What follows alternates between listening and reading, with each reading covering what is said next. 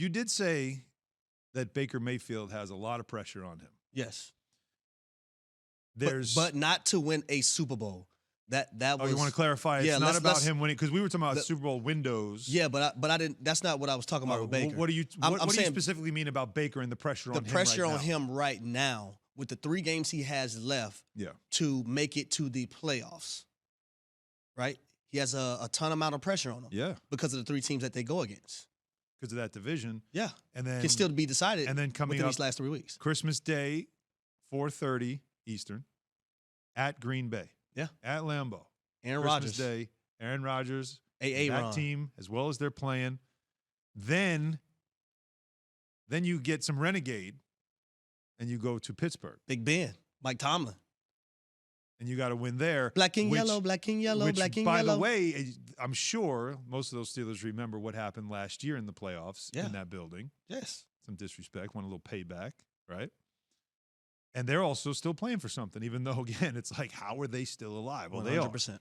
And then you're at home, and you finish it off against the Cincinnati Bengals team, which Joe Burrow. Yeah, and them boys. The young phenom. Stephen A. would say. And they're also, at that point, who knows what the division looks like there, because we've got 3 teams that still can win this division. So that's what I'm saying. Like, there's a ton amount of pressure on Baker Mayfield to get it done because you see all 3 of those teams, right? Yeah. Baker has to be excellent against Aaron Rodgers.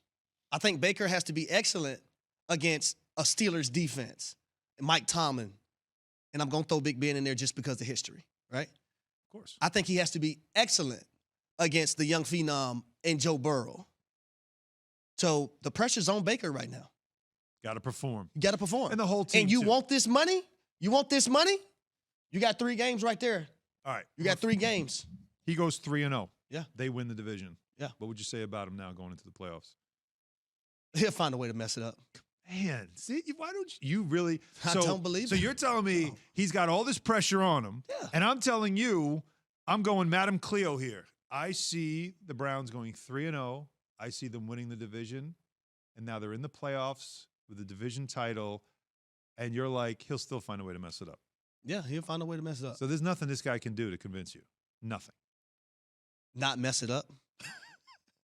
Not mess it up. That's what he can do to convince me. me. So you need proof. Then. Not mess it up. You have not seen the proof yet. Yeah. Well, availability is the most important, really, ability for him right now. 100%. And that's where it starts. Yep. How that shoulder feels, how he feels physically, what he can do, and obviously also the game management part of it, because the running game is obviously their strength. We do this with a lot of quarterbacks, but he's one that why does it matter? I guess it does matter, but why does it matter that we spend so much time talking about, how much money he could get paid, and he's not going to get his money now. But I've learned that's what we do in the media. I'm on this side of it now. I've learned that's what we do. Do players talk about that stuff? That's what we do. So I'm saying, do players like do you guys talk about the media? No. In the locker room, like talk about money? He's not going to get paid. Hell that guy's no, going to get paid. because when you're a player, you just want everybody to get their money. But you want everybody to get your money. You're telling me that you don't pay attention to that stuff. Like when you watch certain guys, it's time for them to get paid, and they underperform, or even if they do perform, you're like, that dude's going to get paid, or he's not going to get that money. Like that's not something that guys talk about. No, we're excited that they're going to get their money, and when they do get it, you're even more excited. Right. Because that's I have noticed that. That's the common goal, though. Like, you know what I mean? You want to make as much money as you can so you can provide for your family. Like, even though some people may steal and rob.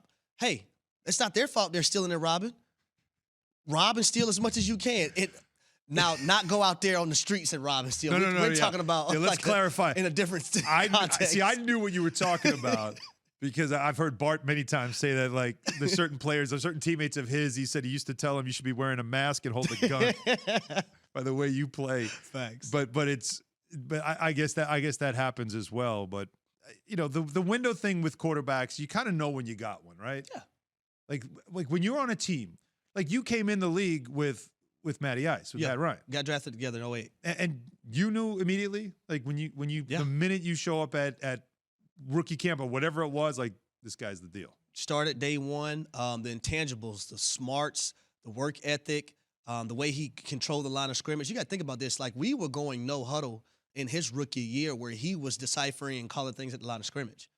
And as he got older, that just got better and better and better and better and better, right? His first pass of his career was, I think it was train right, 62 Comet Sink.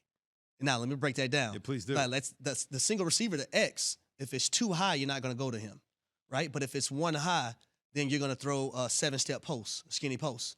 But he did a great job looking the defender off, the safety off to the right-hand side. And then once 1, 2, 3, 4, 5, he hit that 5th step. He driving in on that post, Michael Jenkins touchdown. First pass ever of his career. And so you were impressed right out of the gate. Like you 62 Comet Sink. I'll never forget it. That's amazing.